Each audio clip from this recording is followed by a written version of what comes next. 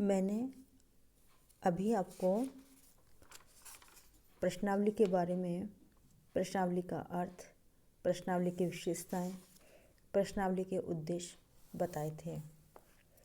अब मैं आपको प्रश्नावली के प्रकार के बारे में बताने जा रही हूँ।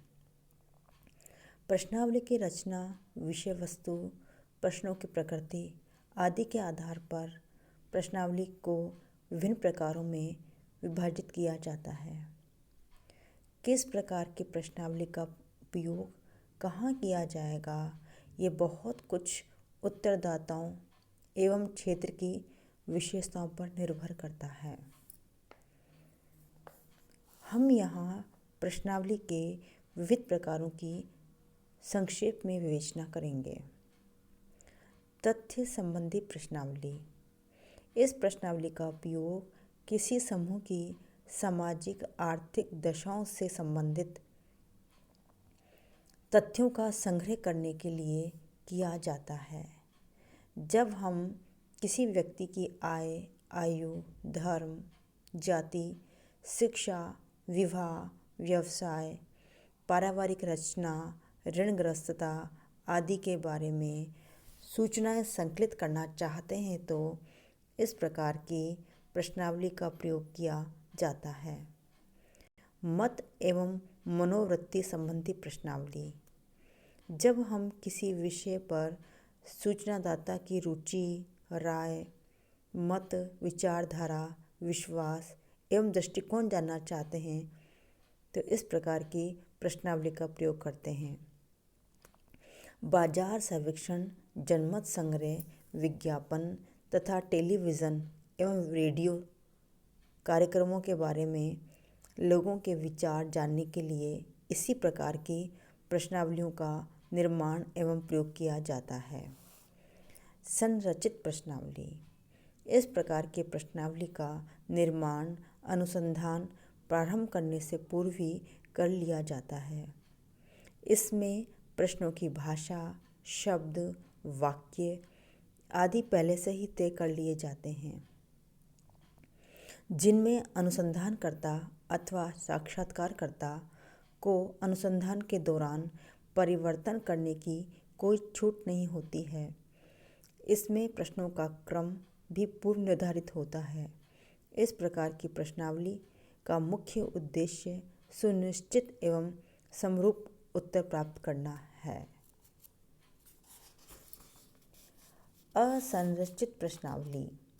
असंरचित प्रश्नावली में पहले से प्रश्नों का निर्माण नहीं किया जाता, वरन केवल उन विषयों एवं प्रसंगों का उल्लेख किया जाता है जिनके बारे में सूचनाएं संकलित करनी होती है।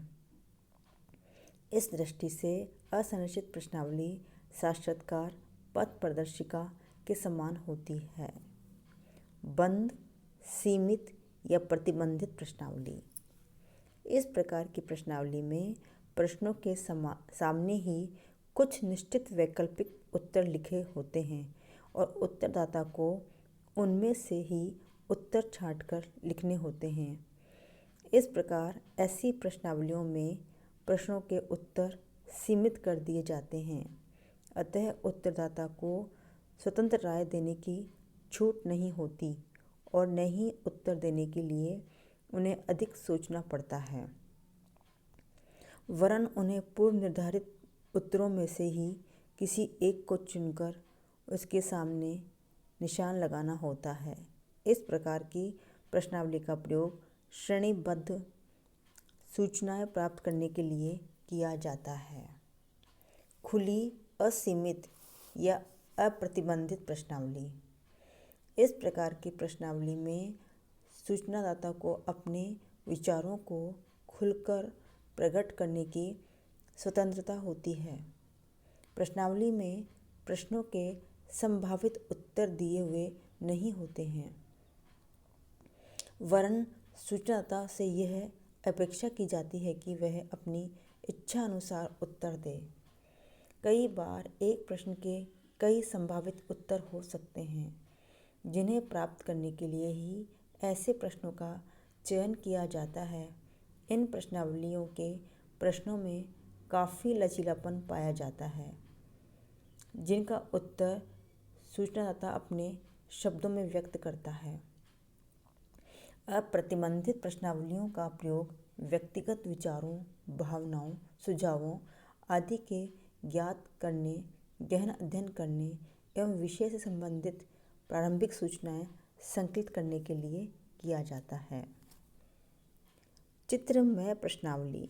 इस प्रकार की प्रश्नावली में प्रश्नों के संभावित उत्तर चित्र द्वारा प्रकट किए जाते हैं और सूचनादाता अपने उत्तर का चयन उन प्रश्नों में ही करके उस पर निशान लगा देता है। चित्रों के कारण प्रश्नावली रोचक एवं आकर्षक बन जाती है, जिसके कारण सूचनादाता उत्तर देने के लिए प्रेरित हो जाता है। मिश्रित प्रश्नावली। इस प्रकार की प्रश्नावली ऊपर वर्णित सभी प्रकार के प्रश्नावलियों की विशेषता लिए होती है। प्रमुखतः इसमें बंद व खुली प्रश्नावली का मिश्रण होता है। अधिकांशतः प्रश्नावलियाँ इसी प्रकार की होती हैं। सामाजिक अनुसंधान में आजकल इस प्रकार की प्रश्नावलियों का उपयोग बढ़ता जा रहा है, क्योंकि इनका निर्माण सुविधाजनक होता है तथा इनके द्वारा महत्वपूर्ण सूचनाएं सुगमता से संकलित कर ली जाती है। किसी भी सामाजिक तथ्य के बारे में किसी एक ही प्रकार के प्रश्नों द्वारा सूचनाएं ज्ञात करना संभव नहीं है। अतः आवश्यकतानुसार खुले एवं बंद, चित्रमय या संरचित एवं असंरचित प्रश्नों का निर्माण कर लिया जाता है। ऐसे प्रश्नावलियाँ कम और अधिक शिक्षित दोनों के लिए ही उपयोगी होती हैं तथा स्पष्ट और सटीक उत्तर के साथ साथ उत्तरदाता के स्वतंत्र विचार जानने में भी सहायक होती है।